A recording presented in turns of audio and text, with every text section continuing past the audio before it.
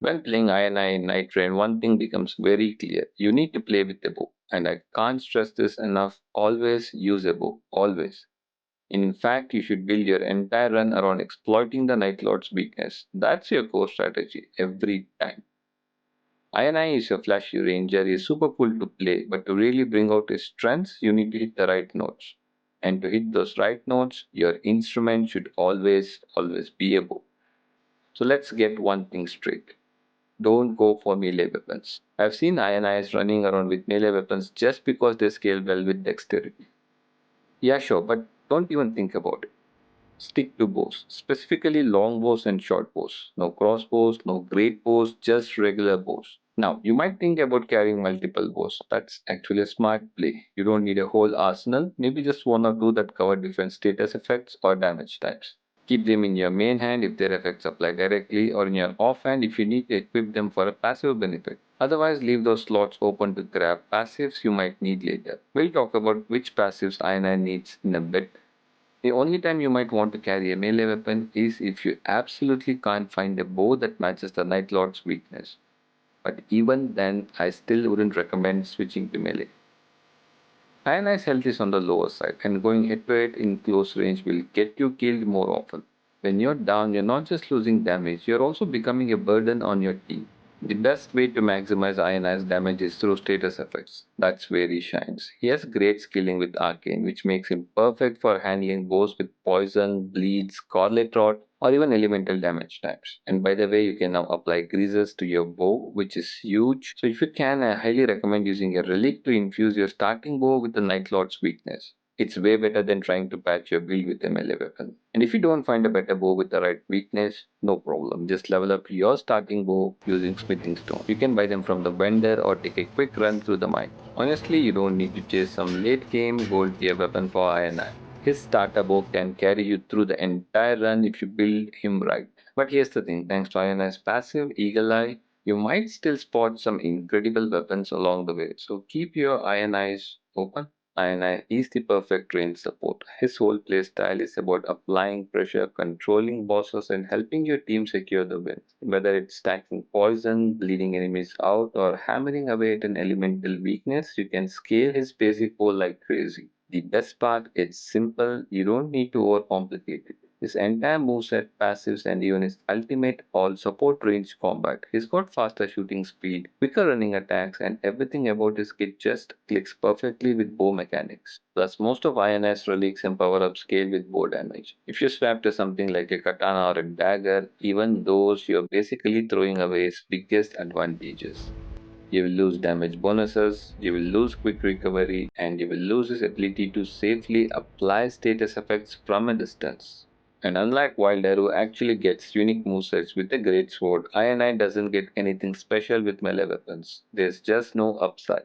The bow is your home, the bow is your best friend, and if you're not using your bow 90% of the time with I, you're leaving so much power on the table. And trust me, there's something incredibly satisfying about keeping your distance, landing rapid shots, and watching bosses melt from status effects you stacked from across the arena. It just feels so good.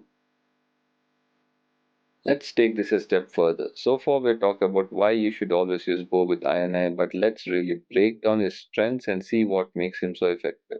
INI isn't just about looking cool while shooting arrows, he's built for speed and precision. He definitely shoots faster, his running attacks are smoother, and even has access to a charge R2 shot that fires 3 arrows at once. That triple shot is situationally a game changer. It dishes out serious DPS if you're able to land all 3 arrows on the target. It works best against bosses or large enemies and can even bail you out when you get caught up close. You can fire a triple shot and immediately dodge backward to create distance. But this move burns a ton of stamina, so it's best saved for later in your run when you have leveled up and have a bigger stamina pool. Now let's talk about his scaling. INI has B scaling in Arcane and it's actually the second highest Arcane scaling in Night Train. It thrives on stacking status effects and applying them quickly and consistently. That's his core playstyle. He's fast, he stacks effects, and that makes him incredibly lethal and versatile. But there's more. There are a few extra things you need to keep in mind if you really want to push his potential. Here's something a lot of players completely miss. Arrows deal thrusting damage, and that's a big deal because when you hit a boss while the boss is actively attacking, whether it's you or your squad, you deal counter damage. And guess what? Bows count.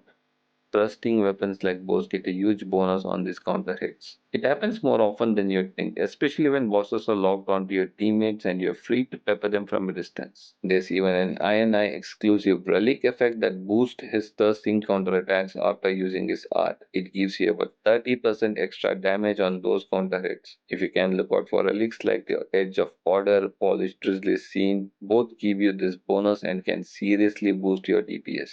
If you build into this, you can push ionized damage way beyond what most players expect. It's a sneaky but insanely powerful way to scale his output. This one's obvious, but trust me, so many people overlook it. Always target weak spots. Always. Night Rain's lock-on system is super friendly. It works a lot like Elden Rings. You don't need to manually aim unless you want to.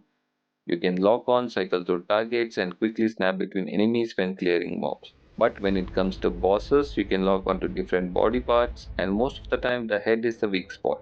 So why does this matter? Because headshots usually deal about 30% extra damage, weak spot hits deal more stance damage, which means you can stagger enemies faster. You can even instantly stop smaller enemies just by consistently hitting their weak points. So if you stay sharp, keep your distance, and always aim for those weak spots, you're not just melting bosses, you're controlling mobs with pinpoint precision. Let's quickly talk about some passives and relics that work really well with INI. First up, two-handing passives. Yeah, INI is a bow user, but two-handing passives still work. You can get those boosted attack power when you're two-handing bonuses, and guess what? When you're using a bow, you're technically always two-handing. It's a sneaky way to stack extra damage. Improved range weapon attacks. This one's simple but super effective. It directly boosts the damage of your bow attacks, which is ionized bread and butter. If you're focusing on playing in the right way, which is all about the bow, this passive is basically a must have. Another great passive is less likely to be attacked. Now, this one's clutch. It makes enemies less likely to target you, which is perfect for INI. Why? Because it gives you more freedom to stack those status effects, keep shooting, and stay aggressive without constantly getting interrupted. It lets you play your game with less stress. A lot of players know that INI can mark enemies, but most don't really understand just how much this can shift a fight in your favor. So here's the full story. When you use INI's marking skill, you dash through an enemy and paint a glowing target over them. A big X appears on the enemy. If you dash through multiple enemies, all of them get marked. And as soon as you mark an enemy, you can flick your left stick in any direction to instantly dash away, creating distance and keeping yourself safe. This mark boosts your entire team's damage against the enemy by 10% for about 15 seconds. It's basically a powerful debuff, and with just a 10-second cooldown, you can keep marking enemies almost non-stop. With the right relic, you can even hold two charges of this skill. This lets you bounce between enemies, double mark bosses, or just stack marks back to back. But there's more. If you deal enough damage while the mark is active, you'll trigger an explosion for some bonus damage. This explosion will flinch most bosses out of their animations and can even fully stagger weaker enemies. It's a huge moment, it can completely turn a boss fight around. Now, on tougher bosses, there's a chance you might not deal enough damage fast enough to detonate the mark before it disappears.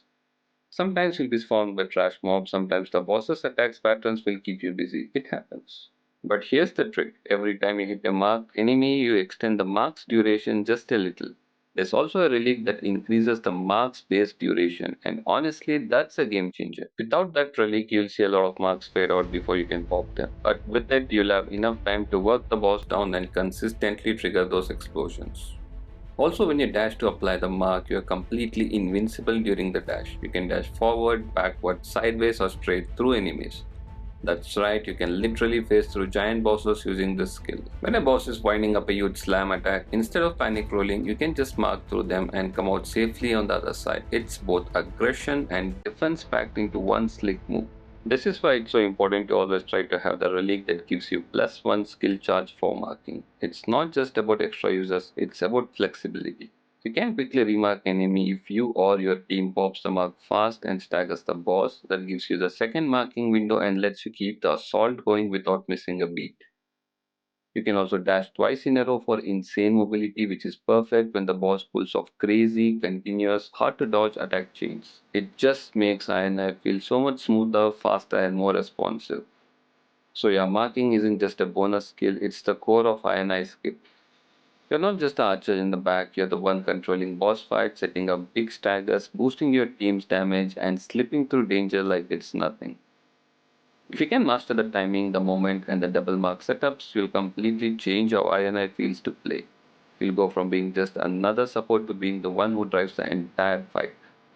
Alright, it's time to talk about INI's ultimate, and honestly, this thing is so much more than just a flashy final move. It's called the piercing shot, and yep, it's exactly that. It's a single arrow that cuts through everything. Enemies, walls, shields, you name it, this arrow doesn't care. It goes straight through. But here's the thing, you'd expect this big cinematic shot to do insane damage, right? Well, the raw damage is actually not that crazy. And that's totally fine because that's not what makes it so good. What makes this ultimate so valuable is its utility. First, you can free aim it while you're charging, perfect for those clutch moments when you need to land a key shot. And when this arrow hits a boss, it staggers them. At the very least, it'll knock them back or pull their aggro off your teammates for a bit, which can buy your team some breathing room. And here's a pro tip, while you're charging the shot, you actually get extra invincibility frames. So if you're able to get slammed by a big boss attack, just charge your ultimate. It can literally save you on the spot. It's a great panic button. And if you're up against a mob of enemies, this shot slices through all of them, a straight line cleanup tool that hits everything in its path, along with anything caught in its whirling area of effect. But that's not even the best part. This is the one shot ultimate reviver. When your teammates fall, a revive gauge appears. You usually need to keep hitting them to fully deplete it, but with this ultimate shot, if the gauge is filled up to just one bar, you can instantly wipe it out and revive them in a single hit. And here's something even cooler. You don't need to land a perfect bullseye. The whirling wind animation that surrounds the arrow also does the trick. As long as your down teammates is caught in that effect, they'll be instantly revived. It's a total game changer in high pressure fights where getting close is just too risky. So it's not the strongest ultimate when you're thinking purely about damage numbers, but in terms of impact, utility, and clutch plays, it's one of the best tools you have got. If you're playing I, don't save this ultimate for the perfect moment. Use it often, use it smart, and you'll carry your team. Iron's passive skill, Eagle Eye, is a quiet game changer. It boosts item discovery not just for you but for the entire team. More loot, better weapons, all just by having Iron Eye on your squad. There's no activation, no cooldown, it's always on. You're helping your team just by being there. It's one of those passives that quietly stacks the deck in your team's favor, making every run smoother and way more rewarding. And that's my INI guide. If you found this helpful, drop a like, and if you want more night trend guides, tips, and playstyle breakdown, make sure to subscribe and hit that bell so you don't miss out. Let me know in the comments how are you building your INI. Are you going for status effects, raw damage, or full support? I would love to hear your strategies. Thanks for watching, and I'll see you in the next one.